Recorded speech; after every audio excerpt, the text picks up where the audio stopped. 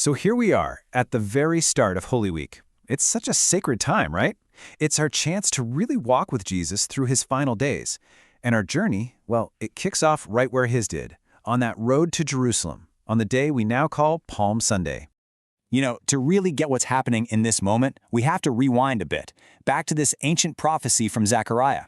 Now, this isn't just some random detail about how Jesus got around.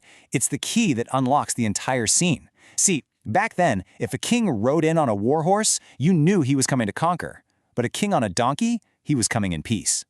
Okay, now here's where it gets really interesting. On this particular day, there wasn't just one procession making its way into Jerusalem. Oh no, historians are pretty sure there were two, and they were coming from completely opposite directions, representing two totally different ways of seeing the world.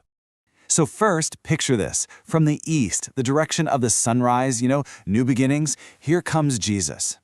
Everything about this entrance just whispers humility.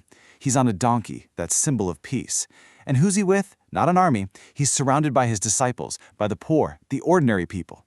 His entire mission isn't to take power, it's to give himself away completely. Now, let's look at the other side of the city.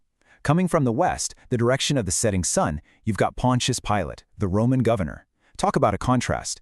He's on a massive war horse, the ultimate symbol of military might. He's got soldiers in perfect formation. His whole purpose is to put on a show of force, to intimidate everyone and keep control during the crowded Passover festival.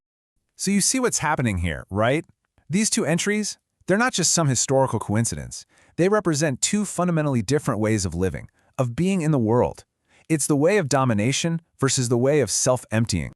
I mean, the contrast is just stunning when you lay it all out side by side. West versus east, sunset versus dawn. A war horse against a donkey. You've got soldiers in steel on one side and disciples in the poor on the other.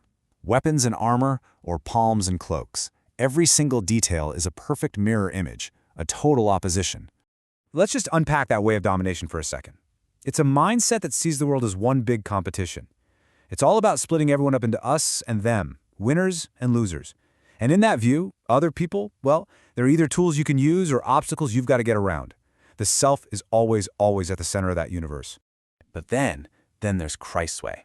And it's this radical alternative, the way of self-emptying. This way, it opens you up to the world instead of closing you off. Relationships aren't about winning, they're built on gratitude. And life?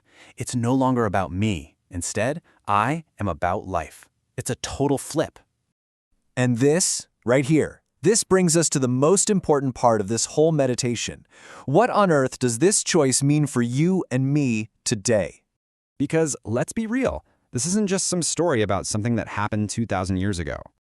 These two processions, domination and self-emptying, they are constantly on the move through our world. And even more than that, they're moving through our own hearts. And if we're honest, we probably switch between them a lot more often than we'd like to admit. So it really forces us to ask a tough question, doesn't it? In any given moment, with any decision we make, which procession are we choosing to join? Are we waving palms for Jesus in the morning, only to find ourselves shouting "Crucify him" with the crowd by the afternoon? This idea of switching processions, it kind of reminds me of a simple story about the U-turns we make every single day. So the story goes like this. A policeman sees a driver make this super obvious, totally illegal U-turn, and so he pulls him over.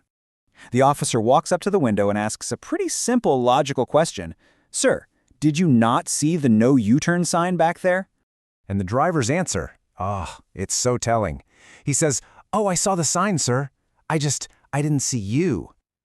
He knew the rule, right? But he only cared about the consequence of getting caught. And wow, isn't that just like us sometimes? We see the signs, we know the right way, but our own personal U-turns, our little compromises, our fears, our selfish desires, they have a way of making us blind. They make us stop seeing the Lord, even when he's standing right in front of us. So this really brings us to the invitation of Holy Week. It's a chance to move beyond just being a spectator, beyond just sightseeing the events, and into a much deeper kind of seeing. So maybe we can approach this week with a goal to practice three kinds of seeing. First, Lord seeing. Really, truly recognizing his presence in our lives. Second, people seeing others not as objects or obstacles, but with real compassion. And finally, self-seeing, taking an honest look inside and asking which procession our own heart is marching in. Because that's the ultimate goal, isn't it? to walk behind this humble king, not just waving palms for a day, but with a truly converted heart, ready to follow him, not just into the city, but all the way to the cross, and through it, to the incredible promise of the resurrection.